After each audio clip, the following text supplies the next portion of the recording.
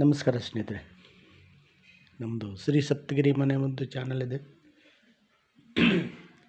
ಇದರಿಂದ ಅನೇಕ ರೀತಿಯ ಎಪಿಸೋಡನ್ನು ಕೊಡ್ತಾಯಿದ್ದೀವಿ. ಪ್ರಕೃತಿ ಸಿಕ್ಕುವಂತಹ ಹಣ್ಣು ಹಂಪಲುಗಳಿಂದ ನಮಗೆ ಬೇಕಾದ ವಿಟಮಿನ್ಸು ಇವೆಲ್ಲ ಪಡೀಬೋದು.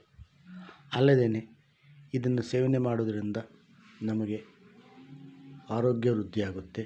ಅಲ್ಲದೆ ಈ ಕಾನ್ಸ್ಟಿಪೇಷನ್ ಅಂತೀವಲ್ಲ, ಅದು ಸಹ ನಿವಾರಣೆ ಆಗುತ್ತೆ. ಮತ್ತು ಈ ಪೊಟ್ಯಾಷಿಯಮ್ ಕೊರತೆ ಇದ್ದರೆ ಅದು ಸಹ ನಿವಾರಣೆ ಆಗುತ್ತೆ. ಇಂತಹ ವಸ್ತುಗಳೆಲ್ಲ ಈ ಚುಕ್ಕೆ ಬಾಳೆಹಣ್ಣು ಪ್ರತಿಯೊಬ್ಬರೂ ಸೇವನೆ ಮಾಡಬೇಕು. ಏನಂದರೆ ಈಗ ಈ ಜನಗಳಿದಾರಲ್ಲ, ದುಡ್ಡುಗೋಸ್ಕರ ಏನೇನೋ ಮಾಡ್ತಾರೆ. ಹಣ ಸಂಪಾದನೆ ಮಾಡಬೇಕು, ಇಲ್ಲ ಅಂತಿಲ್ಲ. ಆದರೆ ಈ ಅಮೃತ ಇರುವಂತಹ ಬಾಳೆಹಣ್ಣಿಗೆ ರಾಸಾಯನಿಕ ಹಾಕಿ ಹಣ್ಣು ಮಾಡ್ತಾರೆ. ಅದು ವಿಷಕಾರಿಯಾಗಿ ಪರಿವರ್ತನೆ ಆಗುತ್ತೆ.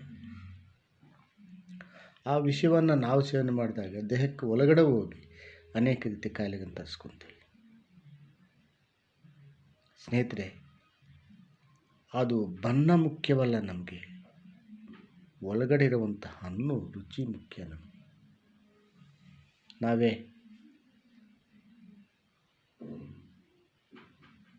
ಕಾಯಿನ ತಂದು ಮನೆಯಲ್ಲಿ ಒಂದು ಮೂಲೆಯಲ್ಲೋ ಒಂದು ಕಡೆ ಅದು ಬೆಚ್ಚಿಗೆ ಇಡಿಸ್ಬಿಟ್ರೆ ಅದು ಅಷ್ಟೇ ಹಣ್ಣಾಗುತ್ತೆ.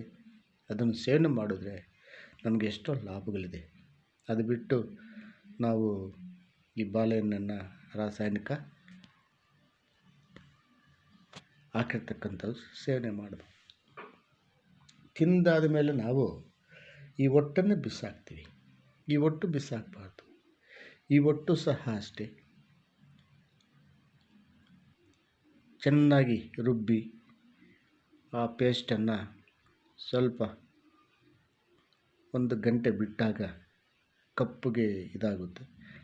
ಅದನ್ನು ಕೂದಲಿಗೆ ಲೇಪನೆ ಮಾಡ್ಬೋದು. ಯಾವಾಗ ಲೇಪನೆ ಮಾಡ್ತೀವೋ ಕೂದಲು ಕಲರು ಚೇಂಜ್ ಆಗುತ್ತೆ. ಮತ್ತು ಅದಕ್ಕೆ ಬೇಕಾದಂತಹ ಅಂಶವನ್ನು ಇದು ಸಮೃದ್ಧಿ ಬೆಳೀಲಿಕ್ಕೆ ಒಂದು ಅಂಶವನ್ನು ಕೊಡುತ್ತದೆ. ಇಂತಹ ಒಂದು ವಸ್ತುಗಳನ್ನು ನಾವು ಮನೆಯಲ್ಲಿ ಇಟ್ಕೊಂಡು ನಾವು ಅದನ್ನು ಉಪಯೋಗಿಸ್ಕೊಳ್ಳೋದು ಒಳ್ಳೆಯದು.